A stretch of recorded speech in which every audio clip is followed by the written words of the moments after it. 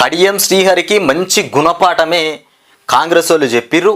తాను ఒకటి దలిస్తే విధి ఇంకొకటి దలుస్తుంది అన్నట్టుగా అయిపోయింది కడియం శ్రీహరి పని.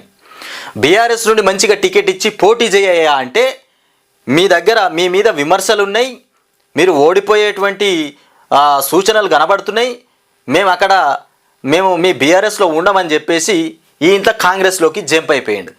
కాంగ్రెస్లోకి జంప్ అయిపోయిన కడియం శ్రీహరికి టికెట్ ఇస్తామని చెప్పారు కదా, జంప్ అయింది కదా. ఇలా కాంగ్రెస్ వాళ్ళు టికెట్ ఇవ్వమని చెప్పారట.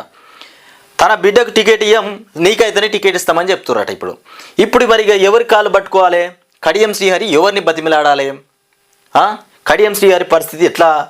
ఈ రకంగా అటు పోదామన్నా ఇప్పుడు ఆలోచన బాగలేదు.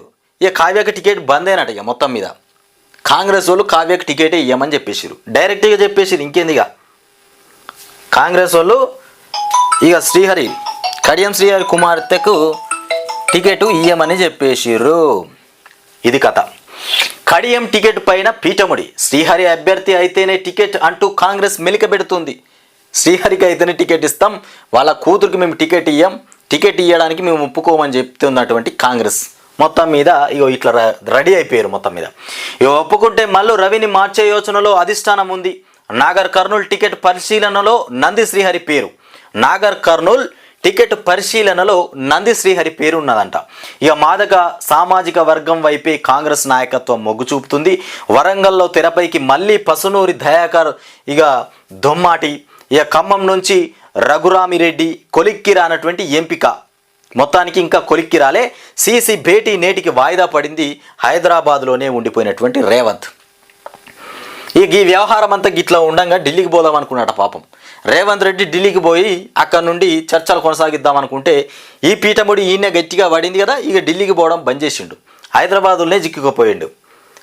ఎటు కొలిక్కొస్తో అర్థం కానిటువంటి పరిస్థితి. మరి టికెట్ శ్రీహరికి ఇస్తారా, మరి ఇవ్వరా? బీఆర్ఎస్ నుంచి ఫిరాయించినటువంటి స్టేషన్ ఘన్పూర్ ఎమ్మెల్యే కడియం శ్రీహరికి కాంగ్రెస్ పార్టీ బిగ్ షాక్ ఇచ్చినట్టేనని ఆ పార్టీ వర్గాలు తాజా సమాచారం. తన కూతురు కావ్యకు వరంగల్ ఎంపీ టికెట్ ఆశించి కడియం శ్రీహరి కాంగ్రెస్ కాండువా కప్పుకున్న విషయం తెలిసిందే. వరంగల్ నుండి టికెట్ కావాలనుకొని కాండువా ఒప్పుకున్నటువంటి కడియం శ్రీహరికి మంచిగా కంట్ల పొడిచినట్టు చేసిరు. కాంగ్రెస్ వాళ్ళు కడియం కంట్ల పొడిచిర్రు. కావ్యకు కాకుండా శ్రీహరి అభ్యర్థి అయితేనే టికెట్ ఇస్తామని కాంగ్రెస్ అధిష్టానం తాజాగా మెలిక పెట్టినట్టు తెలిసింది. అంతేకాకుండా ఆయన ఎమ్మెల్యే పదవికి రాజీనామా చేసి ఎంపీ అభ్యర్థిగా బరిలోకి దిగాల్సి ఉంటుందనేటువంటి షరతు పెట్టినట్టు కాంగ్రెస్ ఢిల్లీ వర్గాలు తాజా సమాచారం. ఒకవేళ కడియం శ్రీహరి అందుకు అంగీకరించని పక్షంలో వరంగల్ కడియం శ్రీహరి మొత్తం మీద ఇంకొక షరతు కూడా పెట్టిరు. కడియం శ్రీహరి ఎమ్మెల్యే పదవికి రాజీనామా పెట్టి పోటీ చేయాలి, ఎంపీకి పోటీ చేయాలి. అట్లా చేయాలి. మీకు బిడ్డకి ఇచ్చు లేదు, నువ్వు పోటీ చేస్తే రాజీనామా పెట్టాలి, ఎమ్మెల్యే పదవికి రాజీనామా పెట్టి పోటీ చేయాలి. ఇట్లా వరంగల్ టికెట్ కోరిండు కదా. అక్కడ మరి ఏం జరుగుతుంది? సిట్టింగ్ ఎంపీ పసునూరి దయాకర్ లేక దొమ్మాటి సాంబయ్య పేర్లను పరిశీలిస్తున్నట్టు తెలిసింది. కాంగ్రెస్ పెట్టినటువంటి కండిషన్కు కడియం శ్రీహరి అంగీకరిస్తే అప్పుడు నాగర్ కర్నూల్ అభ్యర్థిగా ప్రకటించిన డాక్టర్ మల్లు రవిని మార్చి అక్కడ మాదిగ సామాజిక వర్గానికి చెందిన నంది శ్రీహరికి దివంగత మాజీ ఎంపీ నంది ఎల్లయ్య కుమారుడు టికెట్ ఇవ్వాలని అధిష్టానం తాజాగా పునరాలోచనలో పడినట్టు విశ్వసనీయ వర్గాల సమాచారం. ఈ పీఠముడి కారణంగానే ఢిల్లీలో ఆదివారం జరిగినటువంటి కాంగ్రెస్ ఎన్నికల కమిటీ భేటీలో తెలంగాణ అభ్యర్థుల ఎంపికను సోమవారానికి వాయిదా వేసినట్టు సమాచారం. ఈ పరిణామాల వల్లనే ఆదివారం ఢిల్లీ వెళ్లాల్సినటువంటి ముఖ్యమంత్రి రేవంత్ రెడ్డి హైదరాబాద్లోనే ఉండిపోయినట్టు తెలిసింది. కాగా కరీంనగర్, ఖమ్మం, వరంగల్, హైదరాబాద్ ఈ 4 స్థానాలకు కాంగ్రెస్ అభ్యర్థులను ఇంకా ఖరారు చేయాల్సి ఉన్నది. వరంగల్, కరీంనగర్ అభ్యర్థుల ఎంపిక కొలిక్కి రాకపోవడంతో సిఈసి సోమవారం తిరిగి సమావేశం కావాలని నిర్ణయించినట్టు తెలిసింది. కాంగ్రెస్లో మాదిగ సామాజిక వర్గానికి అన్యాయం జరుగుతుందన్నటువంటి వాదన పార్టీ అధిష్టానం పునరాలోచనలో పడినట్టు తెలిసింది. తెలంగాణలో ఎస్సీలకు 3 ఎంపీ స్థానాలు రిజర్వు కాగా ఇందులో ఇప్పటికే నాగర్ కర్నూలు, పెద్దపల్లి నుంచి మాల సామాజిక వర్గానికి చెందినటువంటి మల్లు రవి, గడ్డం వంశీని అభ్యర్థులుగా ప్రకటించింది. మిగిలిన వరంగల్ స్థానం నుంచి కూడా అదే మాల సామాజిక వర్గానికి చెందినటువంటి కడియం శ్రీహరిని అభ్యర్థిగా ఎంపిక చేస్తే మాదిగ ఓటర్లను దూరం చేసుకోవాల్సి వస్తుందని కాంగ్రెస్ అధిష్టానం జంకుతున్నట్టు తెలిసింది. దీనివల్ల కడియం శ్రీహరి అభ్యర్థి అయ్యే పక్షంలో నాగర్ కర్నూల్లో ఇక మల్లు రవికి బదులుగా మాదిగ సామాజిక వర్గానికి చెందినటువంటి నంది శ్రీహరికి టికెట్ ఇవ్వాలని కాంగ్రెస్ పెద్దలు యోచిస్తున్నట్లు కూడా తెలిసింది. గతంలో ఆయన తండ్రి మాజీ ఎంపీ నంది ఎల్లయ్య ఇదే నియోజకవర్గం నుంచి ప్రాతినిధ్యం వహించారట. ఇక అదేవిధంగా కాంగ్రెస్ పెద్దలకు తలనొప్పి. ఖమ్మం నుంచి రఘురామిరెడ్డిని ఖరారు చేసినారు. ఇక పెద్ద తలనొప్పిగా మారిపోయింది ఉమ్మడి వరంగల్. ఇక కాంగ్రెస్లో చేరిన కడియం శ్రీహరి కావ్య. ఇక ఉమ్మడి వరంగల్ జిల్లా స్టేషన్ గణపూర్ ఎమ్మెల్యే కడియం శ్రీహరి ఇక ఇట్లా ఉన్నది వార్త. ఖమ్మం నుంచి రఘురామిరెడ్డి ఖరారు అయిపోయిండు. ఆయనదేందో చూద్దాం. కాంగ్రెస్ పెద్దలకు తలనొప్పిగా మారిన ఖమ్మం అభ్యర్థి ఎంపిక వ్యవహారం ఇక ఎట్టకేలకు కొలిక్కి వచ్చినట్టు తెలిసింది.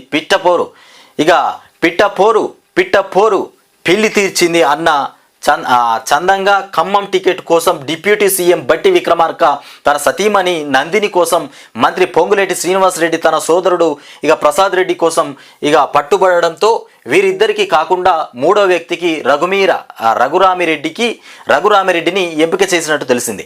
దాదాపు ఈయన అభ్యర్థిత్వం ఖరారు అయినట్టేనని ఢిల్లీ కాంగ్రెస్ వర్గాలు సమాచారం. ఇక రఘురామిరెడ్డి కాంగ్రెస్ సీనియర్ నాయకుడు, మాజీ ఎంపీ ఇక రామ సహాయం ఇక సురేందర్ రెడ్డి కుమారుడు కావడం కూడా ఇక కలిసి వచ్చినట్టు కూడా తెలిసింది. ఇక రఘురామిరెడ్డి ఎంపికలో మరో 2 ట్విస్టులు కూడా ఉన్నాయట. రాజకీయ పరిశీలకులు అంచనా వేస్తున్నారు.